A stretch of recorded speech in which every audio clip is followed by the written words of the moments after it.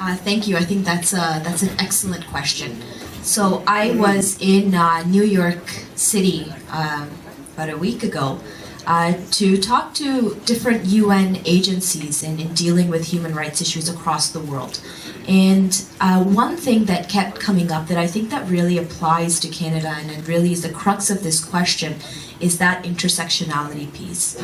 You know, we don't live in vacuums. Communities do not live in vacuums. Communities themselves are pluralist, they're vibrant, they have diversity of opinions and ideas.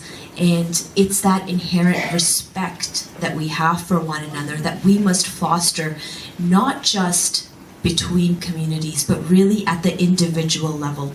How do you do that? Well, it is by learning more about that different ideologies that are existent. For example, it is okay to have a gender that is not binary. But a lot of communities, within communities, a lot of people are not aware of these kind of issues. And I think that when we educate more at that personal level, it helps in really spreading out, branching out to a community, to more tolerance, to more respect within a community. And I can give you the example of the Muslim community, which is so pluralistic, it is so diverse within itself, where people come from all across the world that practice this faith. Doing crime. It seems like such a simple, simple reason. What's this got to do with M 103? You guys are sidestepping the subject all the way.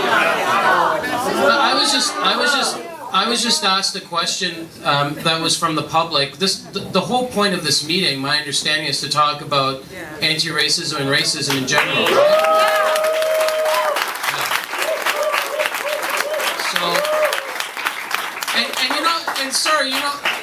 We even stopped the whole meeting for you to give you a chance to ask your question. So you have to be fair with us too. We stopped everything for you. At the end of the day, I think that as a society, for example, if you take in the Toronto District School Board, when we started to collect disaggregated race-based data, you could actually identify, you could say, well, what's happening in the west end of the city when it comes to, just say, for example, my heritage, I have a Grenadian background. You could actually say, well, how are grade 10 girls doing in French in the west end of the city as a community? And you take that information, if they're doing poorly, then you can put in programs specifically to take on some of those challenges. But the beautiful thing about that data, it's not limited to just, black people or indigenous people. It's, for all communities. So if you're Ukrainian, if you're Polish background, heritage, you can look for ways to collect that data because we have a lot of different trends based on, immigration patterns and where people live. And we as policymakers, but I think more importantly as community members, we could actually dig a bit deeper to figure out why is this happening in some neighborhoods and why is it not happening in other neighborhoods, and look for ways to better position young people for success. In the child welfare system, the population in Toronto of black community is under 10%, but 47% last year, the kids in care are black.